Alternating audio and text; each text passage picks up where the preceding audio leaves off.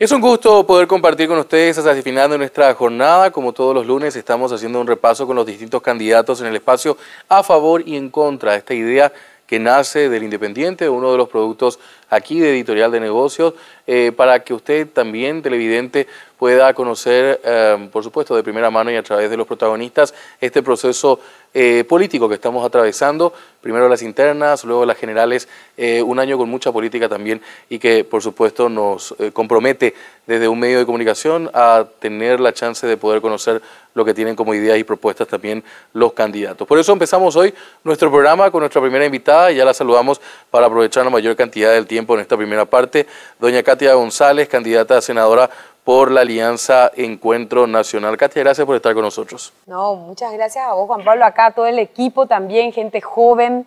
Qué lindo es encontrarnos y poder hablar un poco de política y de lo que se viene para el 2023. Hablábamos fuera de micrófono y me gusta siempre tratar de hacer una suerte de diálogo distendido. Sé que ustedes están en la vorágine permanente de entrevista tras entrevista y van tomando ciertas posiciones también en cada una de las entrevistas. Pero en este espacio de a favor y en contra nosotros queremos que se sientan un poco más relajados también los entrevistados y puedan hablar con la total tranquilidad y con el corazón en la mano también de las propuestas e ideas que tienen a partir de ahora. Estuviste como candidata a presidenta, te tocó descabalgar. ¿Cómo sentiste eso?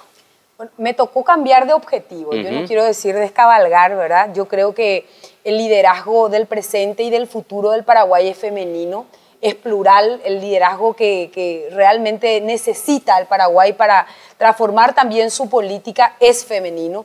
Y bueno, nos tocó tomar una decisión muy difícil, una decisión también que fue meditada en el equipo y decidimos que nuestro lugar de resistencia va a continuar siendo el Congreso, ¿verdad?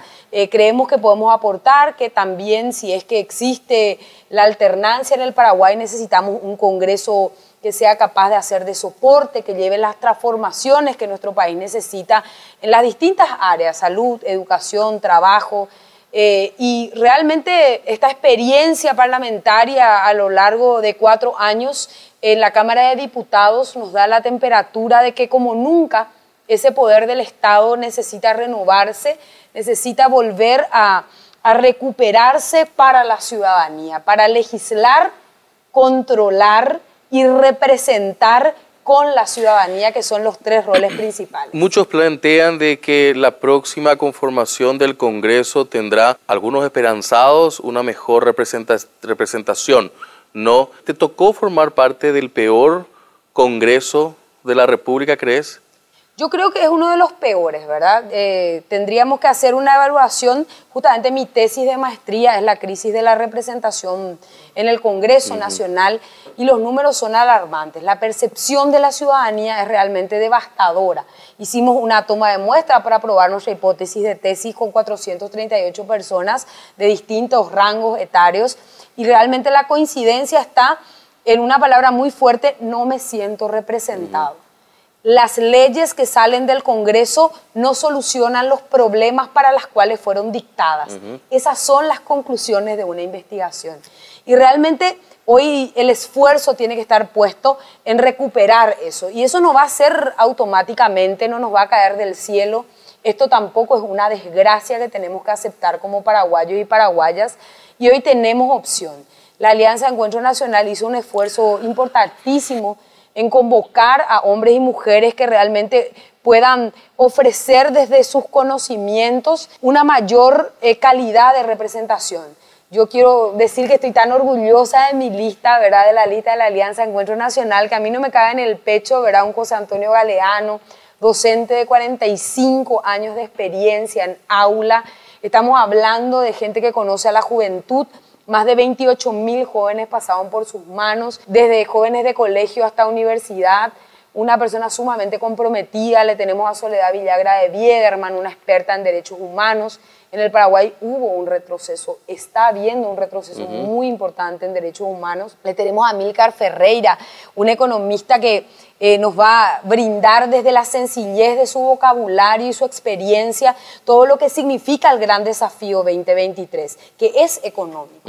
Tenemos que tener gente preparada en eso Después, bueno, le tenemos a Pedro gente, Mayor a Pedro Martínez, Mayor, que sale por la puerta grande del Congreso. Imagínate del un Poder Judicial tan contaminado que hoy le pueda expulsar a una persona que siente todavía la fuerza y el compromiso y el llamado de seguir sirviéndole a su país. Y así por delante, ¿verdad? Bueno, los pilares partidarios son Fernando Camacho, Patrick Kemper de Hagamos, ¿verdad? Y te puedo citar Teresita Ojara, sí. Jorge Ramos del tema de arte, espectáculo, Paulo Reichel en el tema de deportes. Una lista muy, muy, muy linda. Y definitivamente muchos se preguntarán, un poco entrando en la cocina, ¿cómo fue para convencerlos? Porque es muy difícil encontrar gente que quiera entrar al lodo de la política. Muy, muy difícil, pero yo me senté con algunas cosas que bueno, que la gente puede no conocer. Es que Pedro, José Antonio y Soledad Villagra, por ejemplo, fueron mis profesores. Entonces, cuando en una primera etapa iniciamos conversaciones, con algunos fue más fácil y otros más difícil, yo le digo, ustedes no pueden, me enseñaban a mí otra cosa. Entonces, es el momento de comprometerse. En aula aprendimos algo y ellos dijeron que sí a este llamado, que como decís, es muy difícil salir de la zona de confort para entrar en política. Y bueno, y otros no fue más fácil, ¿verdad? Con Amílcar, yo les cuento que Amílcar, por ejemplo, fue una persona que siempre estuvo al llamado.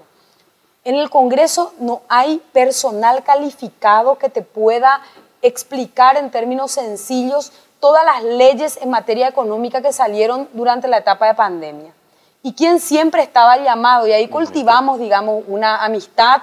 Yo también lo escuchaba mucho en los medios, y bueno, le invitamos también a Amílcar y él dijo que sí, y así por delante, ¿verdad? Fue gente que tratamos en varias reuniones porque no fue sencillo, sobre todo porque esto va a implicar muchísimo esfuerzo. Nosotros no tenemos el dinero que tienen los otros partidos, el dinero mal habido que tiene la ANR, que hoy va a poner toda la carne al asador. Vamos a depender exclusivamente que la ciudadanía crea en este proyecto como realmente alternativo. Katia, una cuestión también importante, hacer una reflexión en este espacio que estás queriendo ocupar. Estás como diputada actualmente, querés pasar a la Cámara de Senadores. Se plantean algunos análisis, en algunos círculos de análisis, que la última resistencia de la República es el Senado, en el Paraguay. ¿Coincidís con eso? Y creo que dentro de toda la conformación variopinta que se dio en los últimos tiempos, creo que el Senado de la Nación puso un poco de paño frío en momentos muy importantes. Yo no sé si sea el último bastión de resistencia, porque realmente ahí también hay una camarilla de personajes nefastos que de vez en cuando se lavan la cara con determinadas cuestiones, pero sí, definitivamente si hoy comparamos el Senado con diputados, tiene un poco más de nivel. O el Ministerio Público. O el Ministerio Público, ¿verdad? O sea que tenemos algunas individualidades muy importantes en la Cámara de Senadores. No creo que eso sea un abordaje realmente de poder o de equipo, sino que hay individualidades más rescatables que realmente han puesto en momentos difíciles literalmente el pecho por este país. La gente está cansada de la política. Sí, muy cansada. ¿Y qué se hace al respecto? Y se le dice que la política se mete en nuestras vidas 365 días del año y que decide las cosas más cotidianas, como cuando te vas a subir a un bondi, como dicen los chicos, a un bus, y no hay realmente un servicio de transporte público de calidad. Se mete todos los días gente en tu vida, cuando no hay medicamentos en los hospitales, cuando un seguro tan caro como el IPS no brinda la cobertura que necesitas, cuando tenés que traerle a tu pariente 350 kilómetros, porque resulta que no hay hospitales de alta complejidad en el interior y todo se centraliza en Asunción, ¿verdad? O sea que se mete la política en nuestras vidas. Entonces no nos cansemos. Lo peor que podemos hacer en este momento es declararse o es olvidarnos de que la política ocupa dentro de un país como el nuestro un lugar muy importante. Por eso creo que hay un gran signo de interrogación de cuál va a ser el resultado de estas elecciones, ¿no? ¿Crees que la juventud va a tener un peso importante? ¿O los que van a votar por primera vez? Mira, yo no me metería en esto si no tuviera esperanza. Esa fe indomable que desde el fondo de mi corazón me dice que no puede ser que tengamos 2.500.000 jóvenes entre 18 y 39 años de edad que decidan ese domingo decir no me importa mi país, me quedo en mi casa. Yo me resisto a eso. Creo que hoy tenemos alrededor de 1.600.000 personas independientes que no tienen afiliación partidaria, como nunca el registro cívico permanente está independiente. Vivimos de una época de un atavío importante. Stroessner te obligaba a afiliarte al Partido Colorado. Entonces tenés toda una generación que está quedando atrás porque hay una nueva generación que ya le está diciendo a sus padres, yo no me pienso afiliar, ¿verdad? Entonces tenés mucha gente independiente que puede inclinar la balanza si sale a votar. Pero ante la necesidad de muchas personas, todavía esa práctica sigue siendo muy real en algunos casos. Claro, la realidad, pueden comprar a algunos, pero no nos pueden comprar a todos. Pueden arrear a algunos, pero no nos pueden arrear a todos. Pueden eventualmente seguir sometiendo culturalmente a una parte de la población, pero de ninguna manera a todos. Entonces la esperanza está en esa población desilusionada que hoy tiene opciones electorales, no digamos más que son los mismos de siempre. La Alianza Encuentro Nacional, el 90% de la lista es gente nueva. Solamente 2 personas somos de Recutú.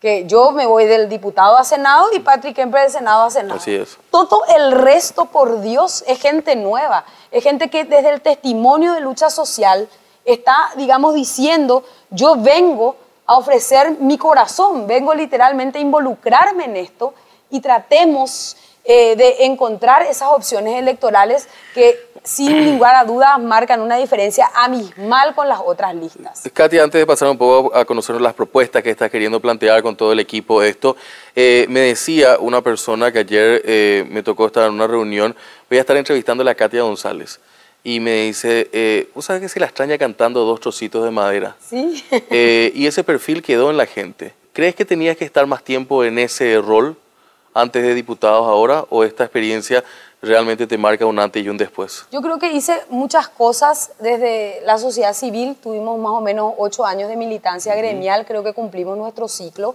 para no convertirnos en lo que son los gremialistas en este país, eternos, insustituibles. Tenemos cabezas de gremios que estuvieron más tiempo que Stroessner. Miremos nomás eso. Entonces era un ciclo que yo tenía que dejar la posta que hoy tomó un grupo maravilloso de personas que continuó haciendo resistencia y yo paso a otro lugar que es la Cámara de Diputados y yo siempre digo, una sola cosa, hicimos muchas, pero por una sola cosa ya valió la pena de que Katia hubiese estado en la Cámara de Diputados. Eliminamos el Parlasur.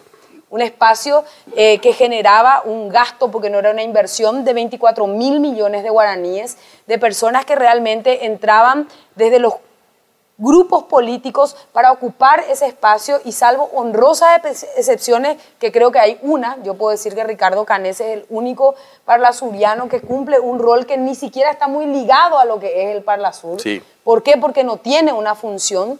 El resto sencillamente son rellenos y succionadores del presupuesto público. Después nosotros hicimos una campaña grandiosa de eliminación de privilegios, hemos dado testimonio desde lo que podíamos hacer, jubilación VIP fuera, no pudimos eliminarla, pero se eliminó el 9% del aporte del Estado en este periodo. Seguro médico VIP, cupos de combustible y un montón de cosas que nosotros instalamos. ¿Es un Estado muy desordenado o poco controlado? ¿O ambas cosas? Ambas cosas. Es desordenado y es poco controlado. Un presupuesto de crecimiento inercial donde solamente se ve, y este año va a ser una carnicería, vamos a ver en esta época electoral cómo van los grupos a solicitar reivindicaciones salariales que no tienen una contrapartida en una mejora de servicio para la ciudadanía. En un artículo, recuerdo, hace un tiempo escribía justamente cuál procesión de 8 de diciembre se van a reclamar el presupuesto. Así es. En un presupuesto que en realidad es un chiste, ¿no? Porque es un copy-paste, es un copiar y pegar nada más, ¿no? Por eso hablo de inercia, ¿verdad? Se copia y se pega, se copia y se pega, no se gasta de manera eficiente lo poco que tenemos, porque el presupuesto pues revela cuál es la prioridad de tu gobierno. ¿Pudieron hacer algo con relación a eso o no? Algunas cosas, muy pocas. Hoy, por ejemplo, en un país que está pasando un bono demográfico, se invierte nada más que 2.000 y por niño, por ejemplo, que es nuestro capital humano. Si nosotros no invertimos en nuestra niñez, imagínense, 12.000 y por niño. Eso es lo que el Estado cree que vale un niño en el Paraguay, un niño o una niña, ¿verdad? Entonces es realmente insultante. Nosotros hemos hecho algunas reivindicaciones como el arancel cero, por ejemplo, a los jóvenes, pero les dejamos un agujero enorme que no llenamos y hoy está totalmente precarizado el sistema universitario. Le dijimos va a ser gratis, pero gratis entre comillas, pero en realidad hoy están y pululan los cursillos alrededor de las facultades porque nunca sustituimos ese presupuesto que dejó de percibir la universidad, que era un poco el arancel de los chicos. Entonces, todo hacemos mal, todo hacemos improvisando. Y tenemos que empezar a pensar más ordenadamente en el Paraguay. Te vas frustrada, tengo esa sensación. Me voy frustrada porque no pudimos ser la mayoría suficiente como para impactar realmente en las políticas públicas, al menos en una. No hay ninguna política pública literalmente que se pretenda instalar que no sea rapiñada por los caciques políticos de turno para seguir pagando sus privilegios, sus prebendas y sus punteros. Me dijiste de lo de las cooperativas, por ejemplo. Por ejemplo. Hoy tenemos que sale y se destapa esta olla en la cooperativa San Cristóbal, donde vemos responsables a muchos políticos que han comprado votos de la ciudadanía y que han pagado su campaña sin devolver un guaraní con dinero de los cooperativistas, de la gente más emprendedora, de la gente que está hoy tratando de armar un esquema de solidaridad. Ahí entraron hoy diputados que están sentados en una banca y no devolvieron un guaraní de préstamo. Estaba escuchando que había cerca de un agujero de 6.000 millones de guaraníes únicamente del clan Núñez, por ejemplo. Y después también vi que Sorosca, que es del otro bando, para que vea que esto se divide en bandos y cuál es nuestro enemigo realmente. No puede ser esto, no puede ser que la INCOP tolere esto, no puede ser que la Fiscalía, cuando alguien roba una bagatela, te mande directo a Tacumbú sin escala, y cuando alguien roba esta magnitud, o engaña, o estafa, o lesiona la confianza de una institución, hoy tranquilamente esté sentado en una banca en la Cámara de Diputados votando proyectos. Miserables quedan cortos. No, cortos. No, esa gente no tiene moral, no tiene ética, no tiene perspectiva democrática y ciudadana. Esa gente es una lacra, es un peso, es una carga de la cual hay que desembarazarse. Pero son los que nos representan. Y a veces se dice de que en realidad esa es un poco la imagen del Paraguay. Sí, de hecho que hoy ese es el gran desafío, poder recuperar la democracia, poder construir una república. Ese es el Paraguay, lo que tenemos ahora. Y ese es parte de un Paraguay que necesita entender que en nuestras manos está el futuro de un destino mejor. No somos extraterrestres, no venimos de Tangamandapio, tampoco del pueblito del Jaimito del Cartero, ¿verdad? Te siento muy sensible, Katia. Estoy un poco cansado, estoy sensible. Quiero realmente con todo el corazón y con toda la esperanza de que Paraguay pueda cambiar, porque no quiero que mis hijos se vayan del Paraguay. Porque si Paraguay no le ofrece oportunidades, muchos de los jóvenes se van a ir de acá. Y yo les quiero tener cerca a mi familia. A los que se van no vuelven, muchos. Claro, no vuelven. Katia, ¿qué traen de diferente? ¿Qué propuestas traen de diferente? Trayectoria de vida, testimonio, porque en lo que nos podemos diferenciar es en eso. En cuanto a las propuestas, estamos iniciando la discusión para presentar una agenda legislativa transparente. Vamos a hacer un grupo que tiene una hoja de ruta. Hemos escrito en pandemia un pequeño libro que se llama Cartas a Marito, la sordera del Estado burocrático. Sí. Y además, bueno, otros materiales más. Creo que eso también nos diferencia. Muy pocos legisladores escriben, proyectan su pensamiento, y nosotros establecimos unos proyectos de la reforma del sistema de salud. Tenemos que separar lo previsional de lo sanitario.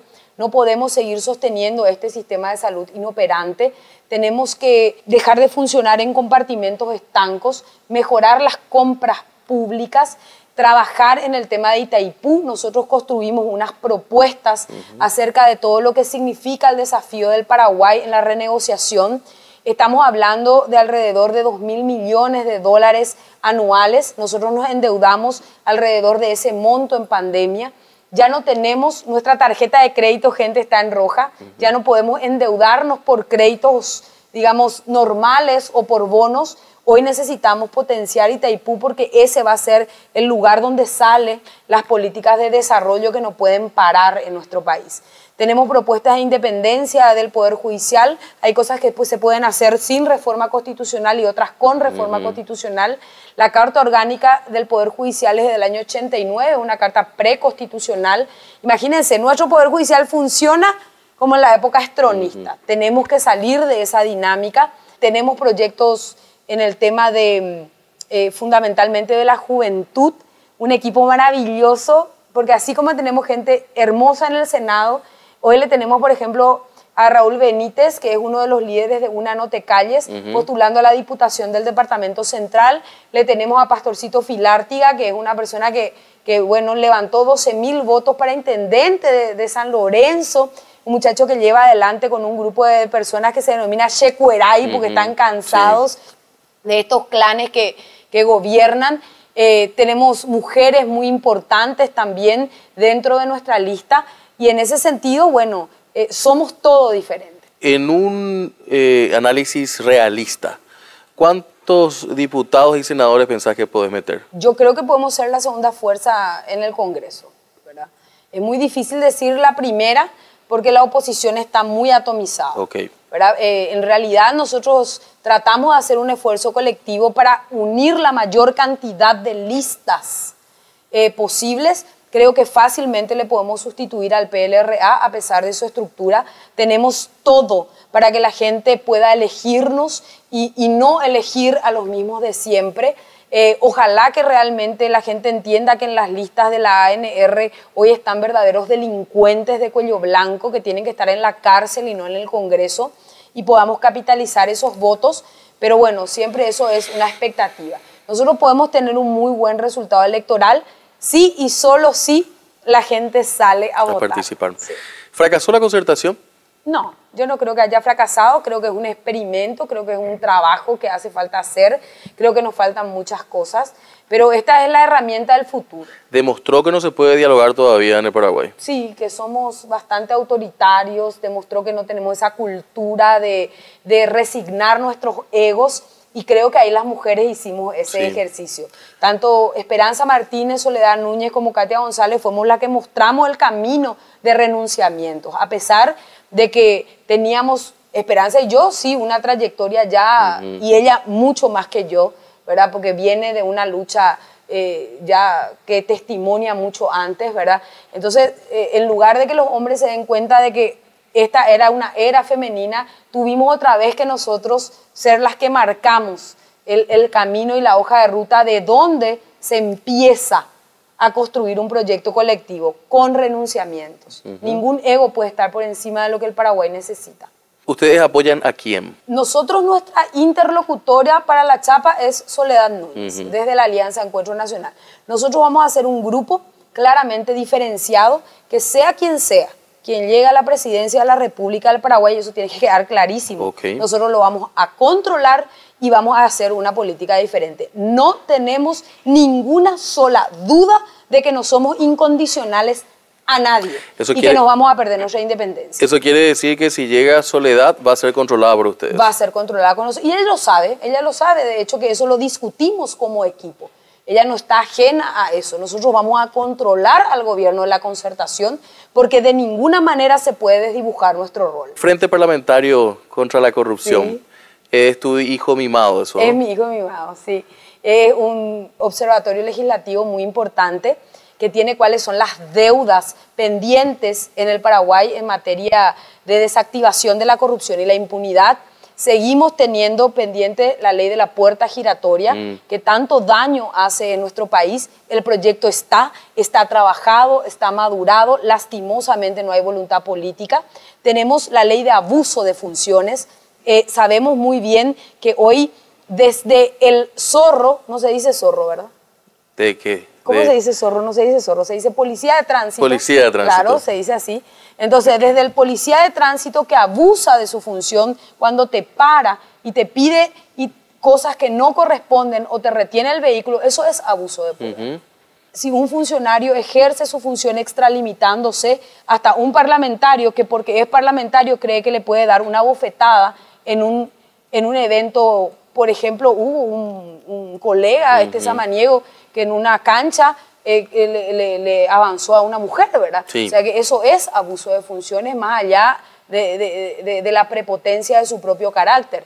Y eso tiene que ser sancionado. Okay. Y después tenemos muchísimas otras rondas que dan cuenta de la debilidad institucional, como por ejemplo que el Ministerio Público hoy no tenga un protocolo, que actúe cada fiscal como se le da la gana. Nosotros no podemos seguir teniendo fiscales que actúen sin la coherencia y sin que el ciudadano tenga la garantía de que si vos denuncias un robo, van a investigar de tal o cual manera. Eso tiene que estar en un protocolo. Esas son deudas que tiene el Paraguay. Este Ministerio Público, y con esto me despido antes de darte un minuto para que puedas dirigirte a la teleaudiencia, Katia, no defiende a la ciudadanía.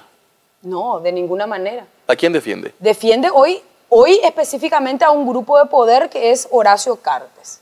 Hoy es funcional, es direccionada su actuación y le está haciendo un daño enorme a la sociedad con una justicia absolutamente selectiva que protege a un grupo de poder y ataca a todo aquel que se le enfrenta. ¿Crees que lo de Estados Unidos es un intervencionismo? No, de ninguna manera.